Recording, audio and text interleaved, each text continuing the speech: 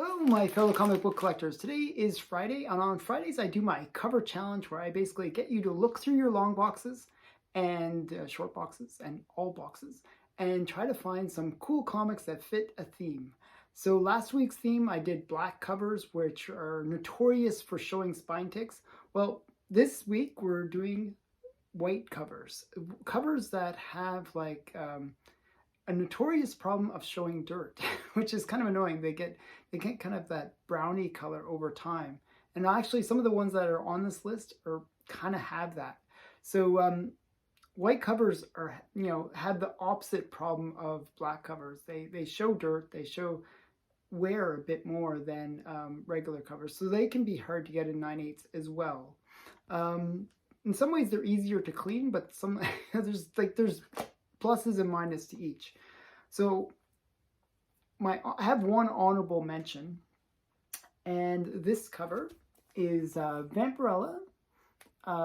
It's Countdown to the Second Coming, and it's just a really cool Jenny Frison cover. I just really like it. So yeah, a white cover. So I just thought that was cool, and I had to have Vampirella because I really do love Vampirella. So here is Dave Stevens Vampirella. And this is number 10 on my list. Not that this list is in any order, to tell you the truth, because actually this would probably be one of my favorite white covers. I just think it's a really sexy Vampirella. And I'm a big fan of Dave Stevens. So this is Vampirella, the Scarlet Thirst. And this one is on the list because it's a white cover and it's from a good friend of mine. So it's a little bit, sentimental to me. This is Boris the Bear, Slaughter of the Teenage Radioactive Black Belt Mutant Ninja Critters.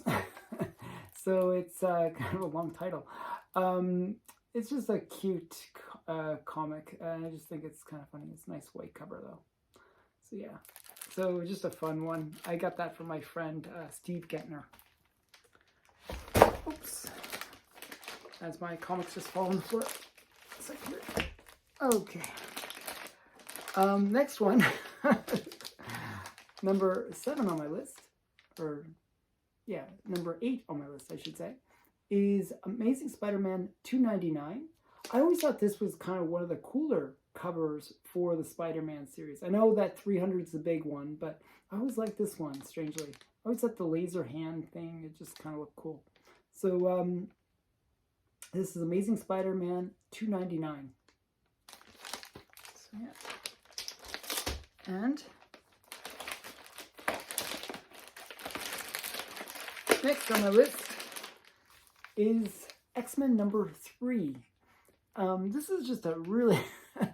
I actually thought this was one of the keys that I could get. Like there's so many big keys within the X-Men run, and they were all kind of very pricey. So I always liked this one just for the fact that it's X-Men key. It's an early issue, and it was one of the more affordable issues when I was younger. So this is X-Men number 3, the first appearance of the Blob. I just thought it was... And the Blob actually does make an appearance, and he was kind of a funny character. I kind of thought he was kind of cool. So, the Blob. And next on my list is Avengers. And this is Avengers number 48. And this is the first appearance of Dane Whitman as the Black Knight. So yeah, just kind of a cool book. I thought it was, it's got the white cover, but also it has the white Pegasus, which is kind of cool. So yeah, I just thought this was an interesting one. So. And it doesn't have, I was going to say, does it have white pages? That would have been kind of a bonus, but it doesn't have white pages. It has off-white pages. Next on my list is, I just thought this was a sexy cover. And kind of cool looking. This is Bloodstone number 2, and it's just a really great white cover. I thought it was great. You can see the back. Back's Bigfoot. I don't know, but yeah. So it's Bloodstone number 2.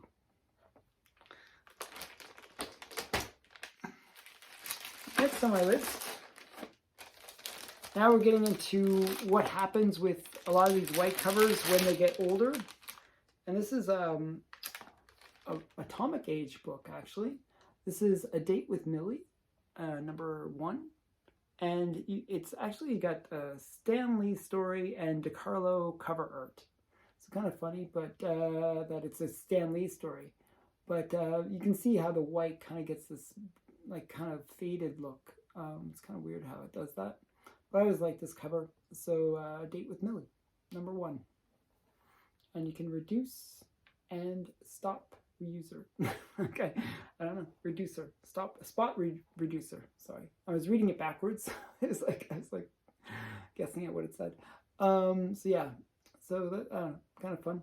I like that one. Actually, one point about this, I just want to say one thing. This girl right here kind of reminds me of Jessica Rabbit. I don't know why. I look at her and see Jessica Rabbit. Do you see Jessica Rabbit when you see this girl? Just a side point. Okay, back to the regular scheduled program. Number 3 on my list is Wonder Woman number 72. And this is like an iconic cover. It's just a great, it's a white cover and just an iconic cover. That pose has been, immortalized as a statue even because it's just such a great cover. This is a Brian Boland cover. And it's just a really great cover. The back, you can see the back too. It's just a cool cover. Wonder Woman 72.